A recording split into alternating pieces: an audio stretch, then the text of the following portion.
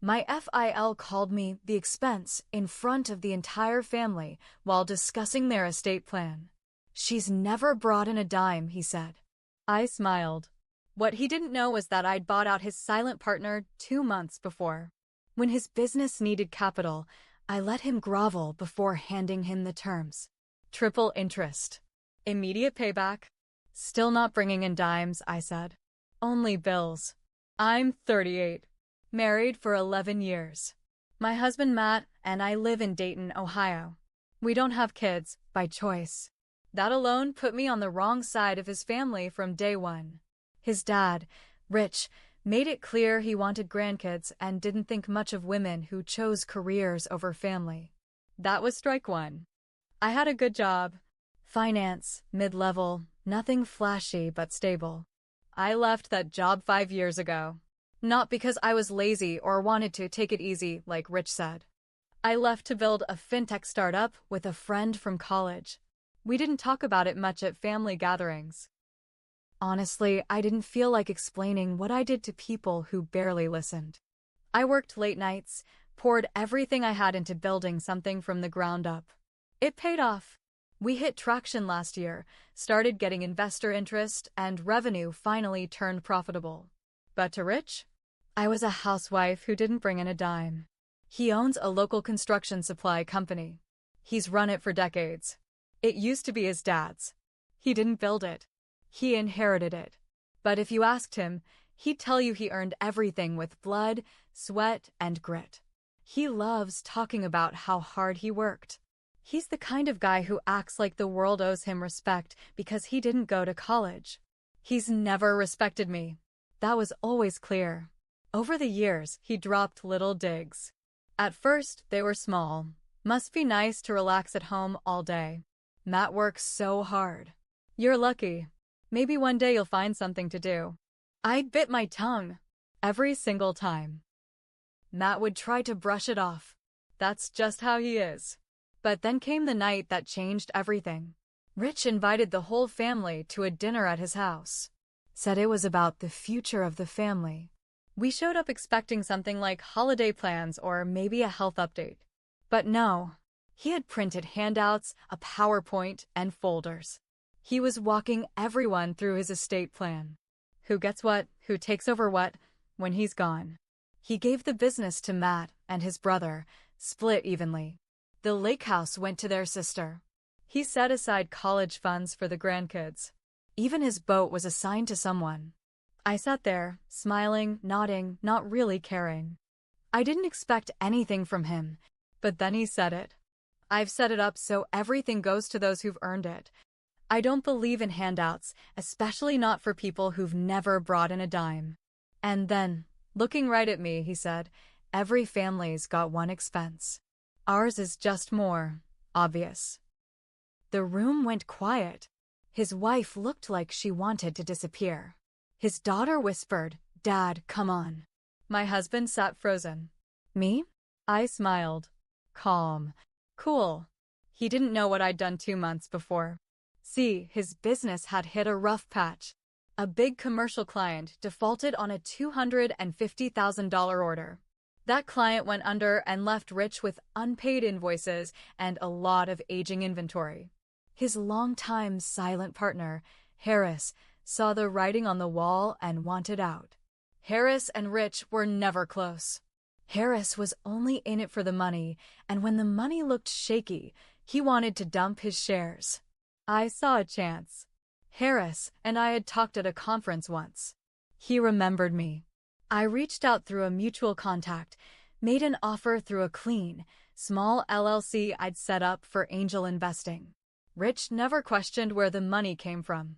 He just wanted to keep his business running. The buyout happened. Quiet. Legal. No drama. I became the new silent partner. He never knew. When he needed cash again fast, I was there. The LLC offered him a private loan, $150,000. Harsh terms. 3x interest over 6 months. Personal guarantee. Monthly payments. Late fees. No wiggle room. He signed everything, desperate. And a month later, He missed the first payment. I waited. Let the interest grow. Let the late fees stack. Watched him sweat. Watched him blame the economy, the government, lazy workers. Never once did he think the person bleeding him dry was sitting across from him at family dinners. So when he called me the expense that night, I decided it was time to show my hand.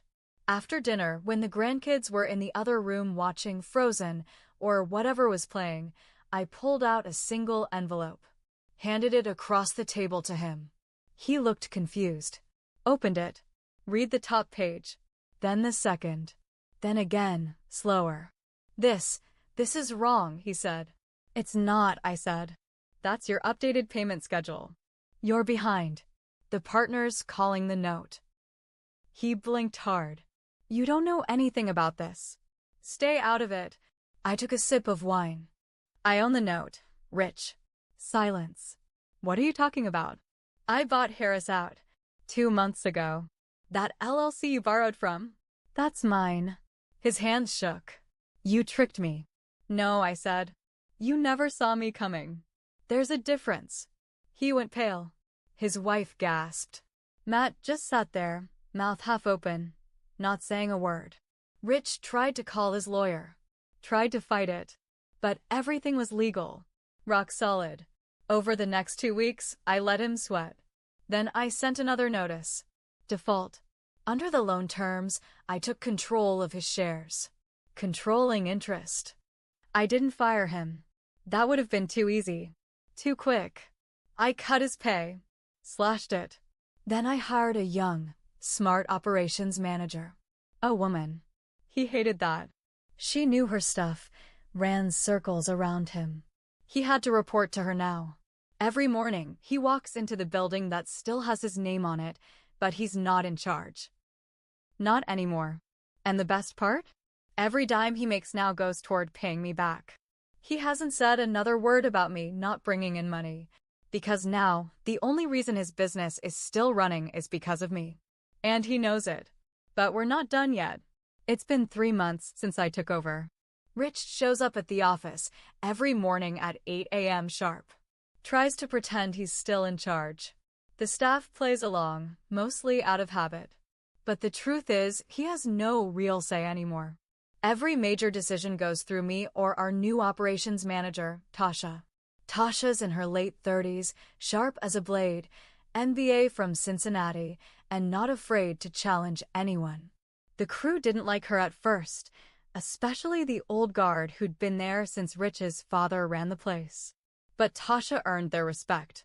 Cleaned up the books, renegotiated supplier contracts, even fixed the garbage fleet scheduling software Rich never bothered to upgrade. And every single change she made proved just how much of a mess Rich had left behind. Now here's where things took a turn. Matt started to act different. Distant. I caught him pacing the backyard late at night. He was never the most emotionally open person, but lately he wouldn't even meet my eyes when we talked about his dad. One night, I pressed him. What's going on with you? He hesitated. Then he said, he's my dad. I didn't ask who he was. I asked what's going on. He sighed. You didn't tell me about the buyout. About the loan. About any of it. I get why. But still. I paused. Would you have tried to stop me? He didn't answer. That told me everything. So now I had a new problem. I couldn't trust my own husband to have my back. Not when it came to his father. I found out just how deep that problem went a week later. Tasha came into my office with a USB drive and a sick look on her face. You need to see this, she said. It was a recording from the warehouse security system. The footage showed Rich meeting one of our new delivery vendors after hours. No paperwork, no logs, nothing. And the vendor handed him a sealed envelope. Cash. I leaned forward. What the hell is this? Kickbacks, she said. He's been sneaking them past accounting. We ran an audit. This vendor's been overcharging us for months. I think Rich is getting a cut. It was fraud. Simple, stupid fraud. And if we reported it, it would ruin him. I called Matt. Told him to come home early. He sat in the kitchen, holding a beer like it was the only thing keeping him grounded. He's stealing, I said. From the company. From me. He didn't say anything for a long time. Then, you can't report him. It'll destroy him. He's already destroyed his credibility. Matt looked at me, and for the first time in years, I saw it. He didn't know which side he was on. And I was starting to think I didn't either. So I gave him an option. Talk to him. Tell him to resign. Quietly. I'll let him keep his benefits, his pension, the whole thing. But he leaves the building. Permanently. Matt didn't answer. 2 days passed. Then Rich showed up in my office. Alone. He looked worn out. Angry. You think this makes you better than me? He said. I don't have to be better, I said. I just have to be smarter. Which I've always been. You don't belong in this family, he snapped. You made sure I never felt like I did, I said. And now you're just mad that I outplayed you. He slammed his hand on the desk. I'm not going anywhere. I opened the drawer, pulled out the file with the security footage stills, the vendor logs, and a printed letter I hadn't shown Matt yet. If you don't resign, I said calmly, I'll press charges. You'll lose the business, your reputation, and possibly your freedom. Your call. His eyes scanned the pages. His jaw clenched. He looked up at me like he wanted to tear the walls down. Then he left. No resignation. No response. Just walked out. That night, I found out Matt had packed a bag and left too. No note. No explanation. Just silence. Now I've got the company, the power, and the proof. But my husband? Gone. And the fire I started just found new fuel. Matt stayed gone. He didn't call, didn't text. I reached out once, just once, and all I got back was, I need space. That told me where he stood. Or at least where he didn't. A week later, I went to our bank to handle some paperwork for the business. That's when I found out something that made my blood run cold. 2 personal accounts had been accessed. Drained. Quietly. Bit by bit. One of them was in my name only. The withdrawals started 3 weeks earlier, right around the time Rich started scrambling to cover his overdue payments. I got a name from the teller. Matt. He had access. We never bothered locking each other out. Trust, right? I called him. Straight to voicemail. Then I called our lawyer. Locked everything down. I didn't want to believe it. But the truth was simple. Matt stole from me to help his father. I dug deeper. Looked through our home computer. Passwords. Emails.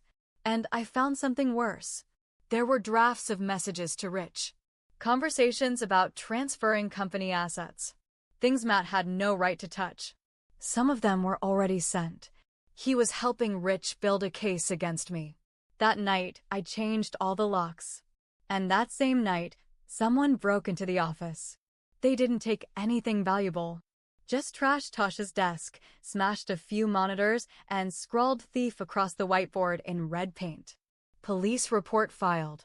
Cameras showed a masked figure too blurry to ID, but the way they moved, I'd bet everything it was Rich. Or someone he sent. Tasha wanted to increase security. I told her yes, but I knew this wasn't about property. It was personal now. A few days later, I got served. Rich was suing. For breach of contract, misrepresentation, and, get this, intentional emotional distress. He claimed I tricked him out of his shares. That I used insider knowledge to sabotage the business. That I was unfit to control it. Matt had signed an affidavit supporting the claim. That hurt more than anything.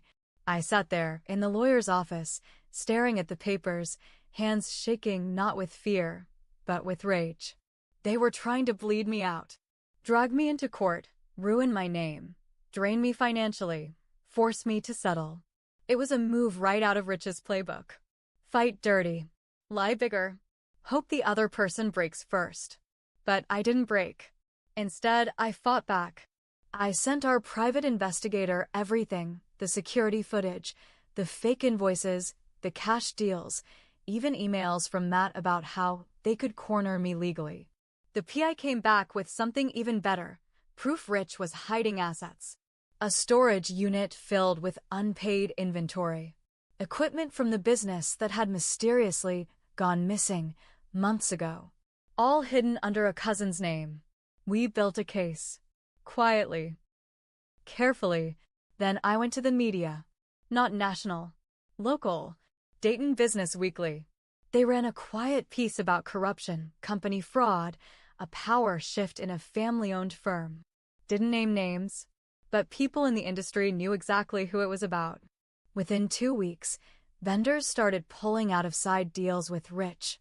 Creditors started asking questions. And the bank called in one of his personal loans. He was underwater. And Matt?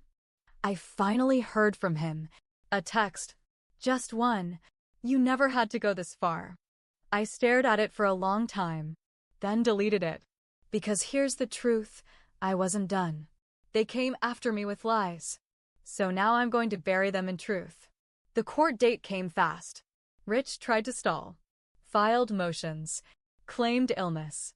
Said he wasn't mentally fit for trial. But the judge saw through it.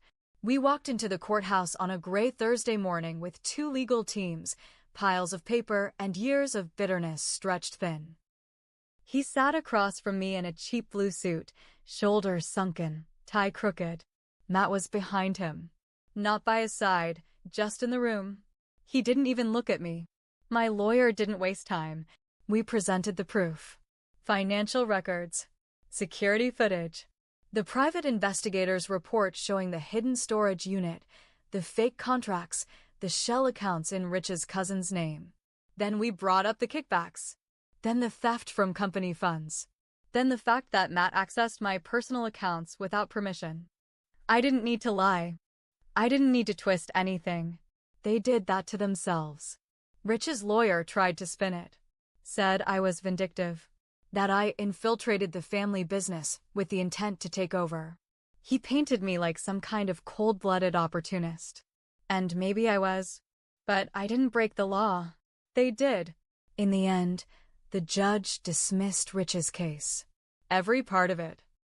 Said he'd abused the system, wasted the court's time, and left the courtroom open for criminal referrals. Then it was my turn. I filed a civil suit for damages. For fraud. For theft. And I won. Rich was ordered to pay back every stolen dollar, plus penalties, plus my legal fees. His personal accounts got frozen. His home was put up for lien. The boat he loved so much? Gone. Repossessed. The business? Still mine. He had to move in with his daughter. The lake house? Sold. As for Matt, he tried to apologize after the trial. Showed up outside my office like nothing happened. I made a mistake, he said. I got pulled in. I didn't know how far he'd go. You mean how far you went? I said. You took from me. Lied to me. Took his side when you knew he was wrong. I didn't want to lose my family, he said, looking down. You did anyway. I didn't scream. I didn't cry. I just turned and walked back inside. We filed for divorce 2 weeks later. I gave him nothing. Not a cent. I kept the house, the car, and the company. But here's the thing no one ever expects, winning still hurts. I got revenge. I exposed them, destroyed their reputation, and left them scraping by. But I also lost someone I once loved. I lost trust. I lost peace. And maybe that's my punishment. For letting it go so far. For not saying something sooner. For smiling in silence when I should have fought back in the beginning. Revenge doesn't fix things. But it sure as hell ends them. And for me, that was enough.